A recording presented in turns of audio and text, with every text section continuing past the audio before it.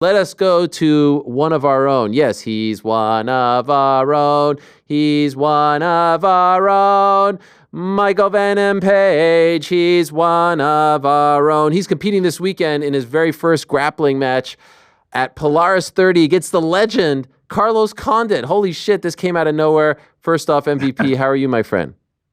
I'm doing well, man. I'm doing well. Obviously, last week in the lead up, so just doing the last bit of preparation before the new space that I'm fighting in. Yes, imagine telling someone 5-6 years ago that striker extraordinaire, kickboxer, karate man extraordinaire, Michael Venom Page in a grappling match against Carlos Condit of all people. And so tell us, how did this all materialize? Where did this come from? So before the last fight, actually, I was already saying to myself, I just wanted to take a little bit more time out and just focus solely on grappling. And then after the last fight, I was like, yeah, I just want to focus on that. I really enjoy grappling. I love the jiu-jitsu, I love the wrestling. But what I was finding is when it came to the, under the lights, I was struggling. I just ended up falling into a conscious thought. And in a big fight, you can't be there. It's too slow. It takes too long to respond, and you're already like 10 steps behind. So I said to myself, let me just focus on it. And then a friend of mine said that he's friends with the Polaris matchmaker, and if I was interested, would I want to do a grappling competition and on Polaris? And I was like, you know what, yeah, giving myself something to focus on while I'm already tuned into jiu-jitsu, but actually having an end goal definitely sounded like the better option for me. So then we ended up speaking, and then it was actually supposed to be Cowboy Cerrone. Oh, wow. And then for whatever reason, he's unable to do it, and then it landed on Carlos, so which is still a great fight. Oh my gosh, it's amazing. I was wondering about that. Carlos retired. He's not a part of this type of scene circuit. Do you know how they thought of even reaching out to him? To be fair, I haven't a clue. I just said I was interested, and kind of let the names kind of come through, like filter through to me.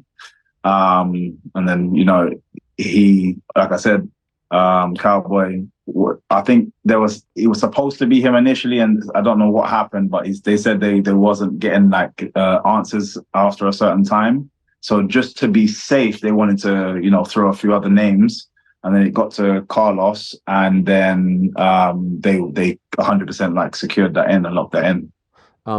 How does it work? I believe Polaris airs on Fight Pass, right? Yeah. So do you have to get clearance from the UFC for this, or because it's part of Fight Pass, there's no need?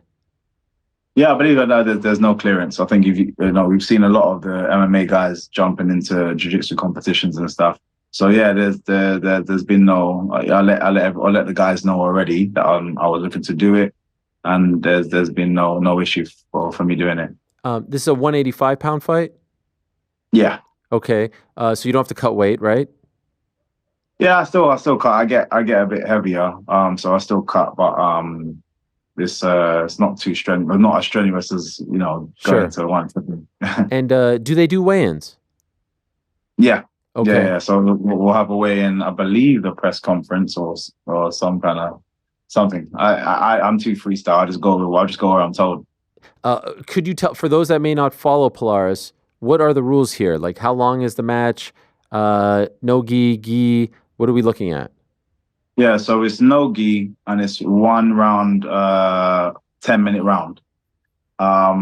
All submissions are available to you. I believe the actual judges, they break it down into 3.5 minute matches or something like that, where they judge. You won't see it on the screen, which I think they should do because it would make it more interesting for everybody. But I think the judges, after 3 or so minutes, they'll make a score on who they believe is winning. It's kind of broken into 3 rounds, but only in their head, shall I say.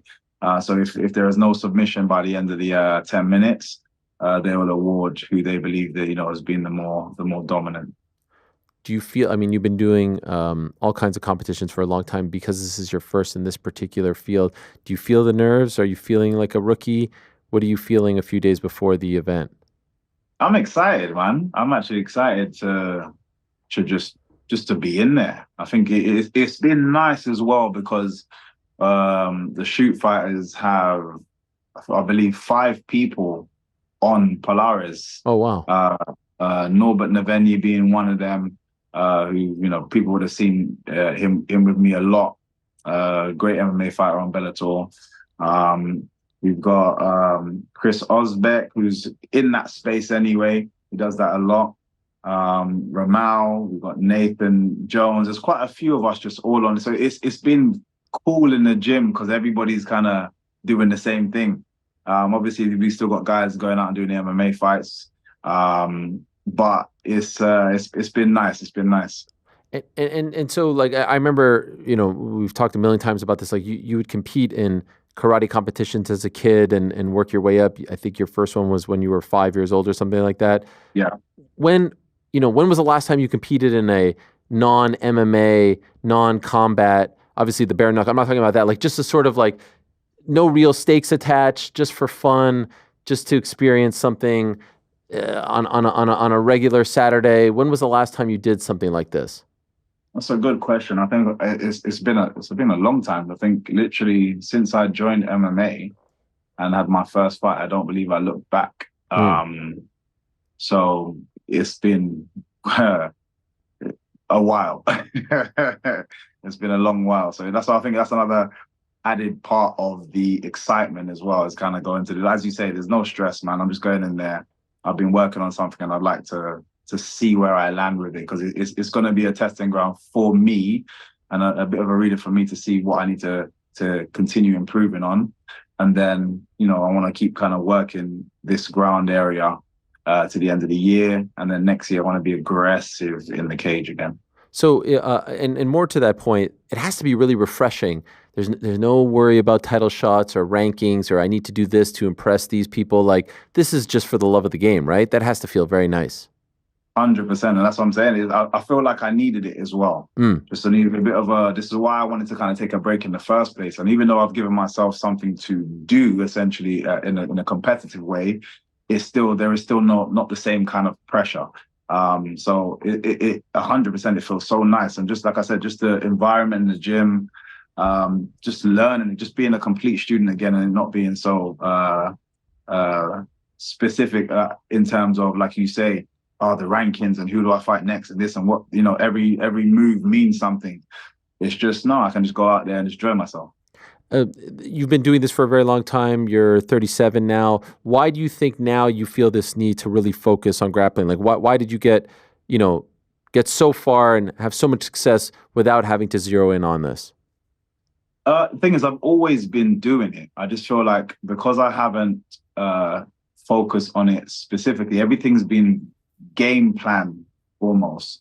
So although we do jiu-jitsu lessons and so on and so forth, and you're learning new moves and and then wrestling lessons and you're learning new moves, because I kind of relatively go back to back on fights. As soon as you're starting to get something new, it's like, oh no, we got this guy now. So now we have to get rid of all of that. We need to focus on this specific thing simply because this person does this or that person does that. So I just feel like I haven't given myself enough time to solely just focus on that and enjoy it. It's kind of like when I first came and to the sport, it was supposed to be 6 months. I think it was about 9 months after I actually joined the sport that I had my first MMA fight, and it's been very specific to opponents since then.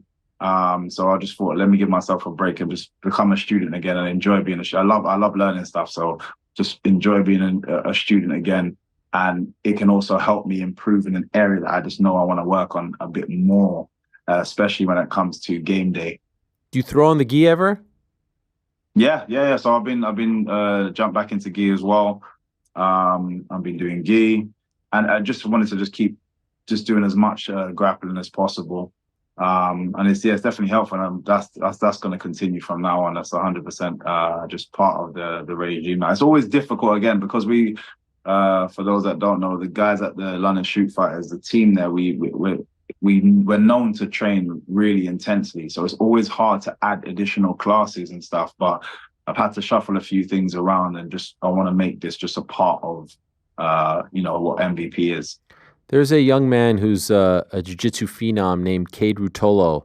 I don't know if you're familiar with him. He's incredible. Those brothers are insane. They're, I've watched multiple videos of these two boys, and I've learned a couple of things from them, especially even now as I'm kind of like focusing more on jiu-jitsu, and then I just end up watching 10 times more jiu-jitsu than I would normally.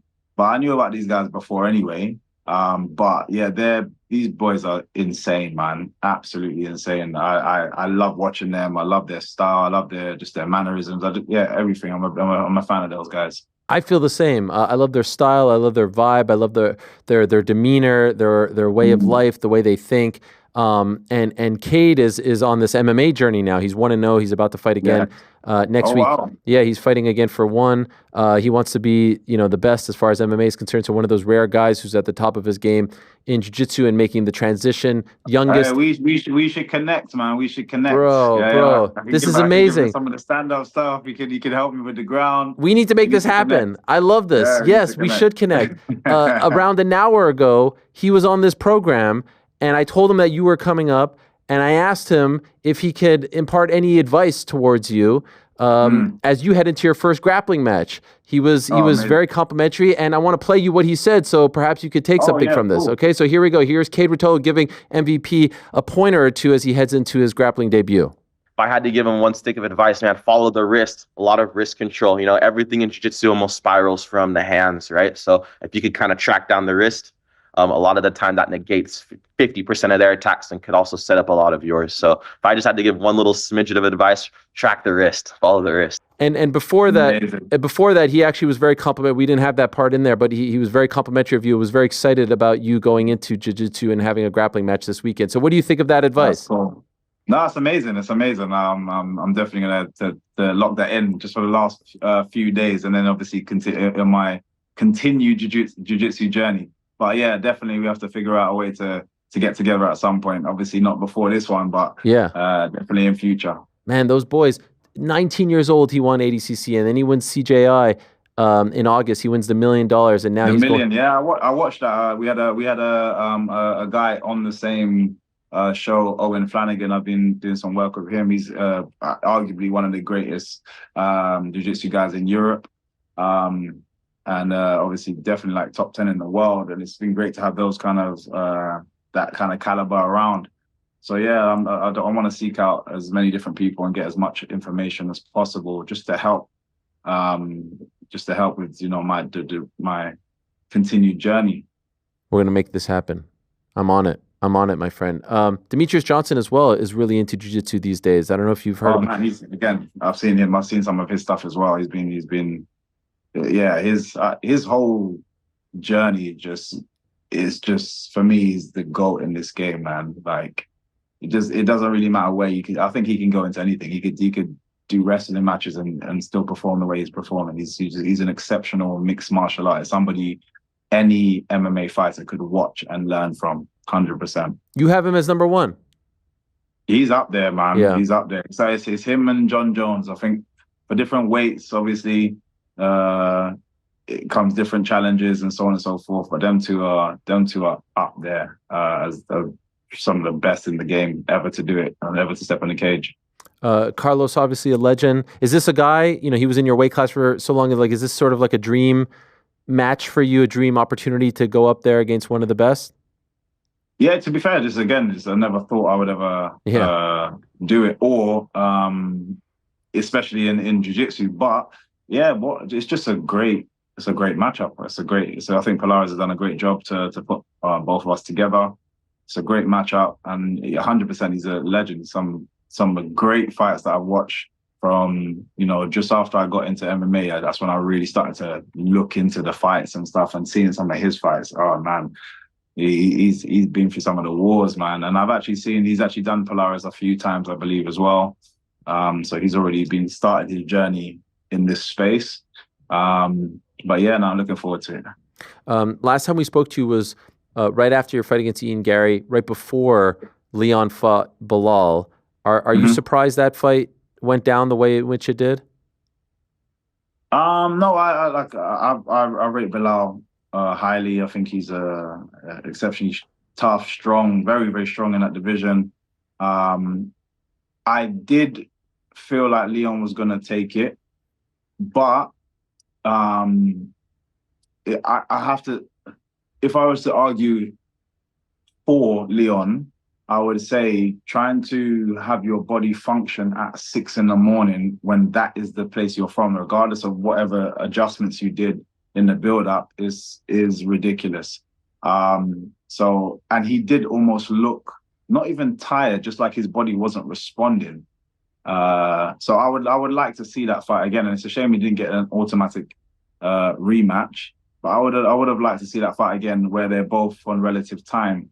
But yeah, I thought Belal fought an excellent game. He stayed in his face the whole time, and I think even in my opinion, was outstriking Leon, which is what was the shock for me.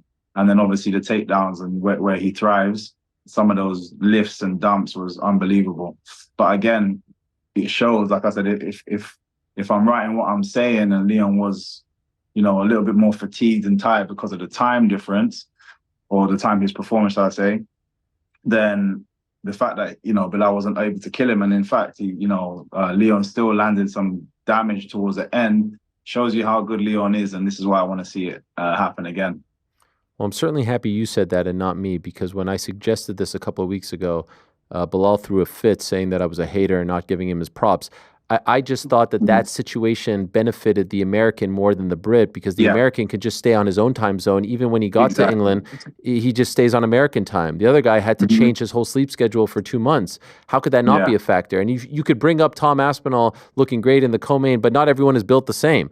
Tom had, in my opinion, for lack of a better word, like a less tough matchup on his hands than Leon did, because Belal is so good. So I wasn't trying to take anything away from him, but to just dismiss that as a factor, I think, is a little bit unfair. And you bring it up, so it sounds like you feel the same.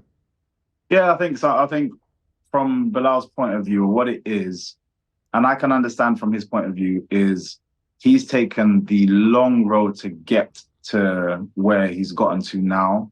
And through a lot of people criticizing him, for a lot of people doubting him. So then obviously when you achieve it, having any form of doubt or second guessing on your name can be triggering. And I know how you are, and I think we're in agreement here. We don't mean any disrespect by it, but I can understand why he's also triggered by it, because it's like, look, I've finally done it, despite the hurdles that was put in my way, and then people still have something to say. And I don't mean in that sense. I feel like he rightfully deserves to be up there. I just feel like it would be good to see it again. And as talented as he is, he could definitely get it done again. So I don't think he has anything to kind of to sweat about. By the way, Shavkat Belal in December, who do you like? Again, I actually said it the other day, actually. I still think Belal. A lot of people are saying Shavkat. I'm going to go the opposite way. I do think he will surprise a couple of people. I think the fight, if he plays a very similar game and stays in his face, he's also got the element of the takedown as well. You just got to be careful, because Shavkat's grips are insane.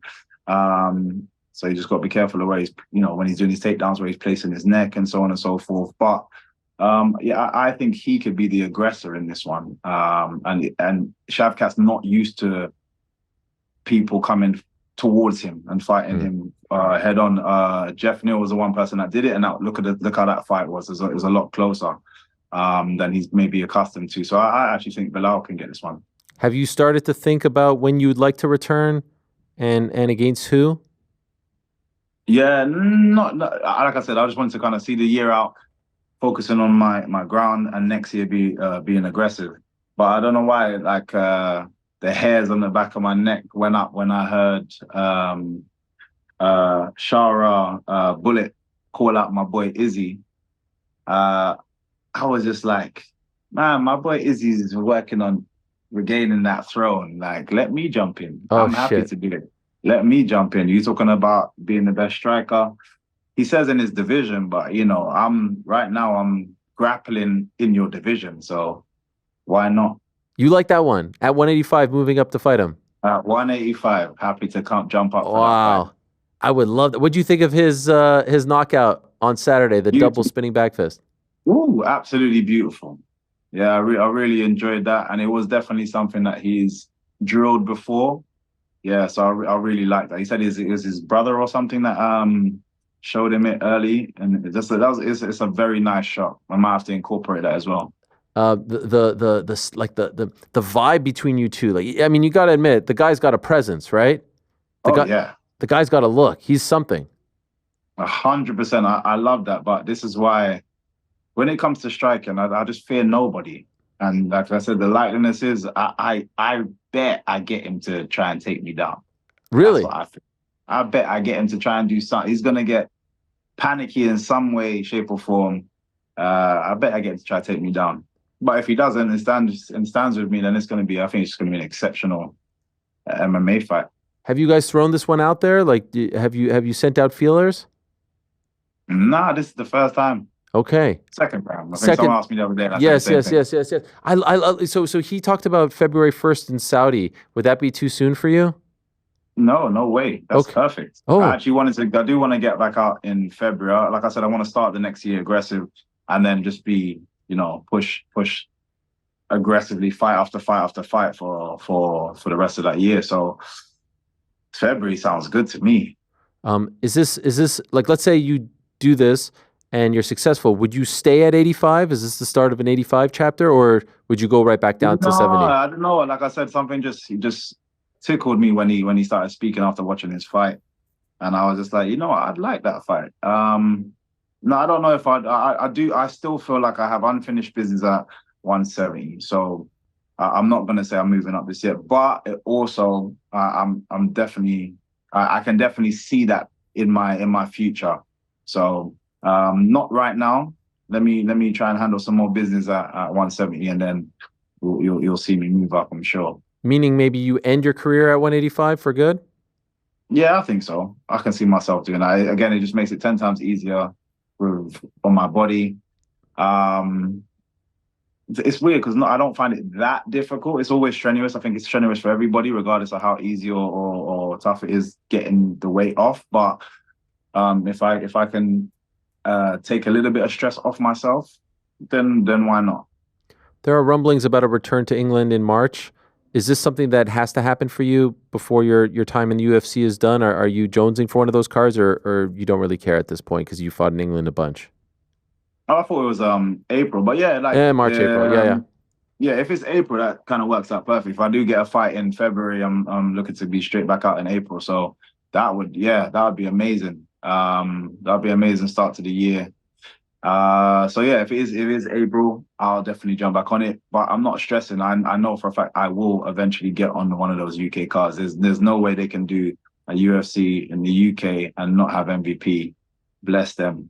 Bless the cage. Bless the. You'll see a very big difference in the audience, in the crowd, in the noise made in there when I step into that arena.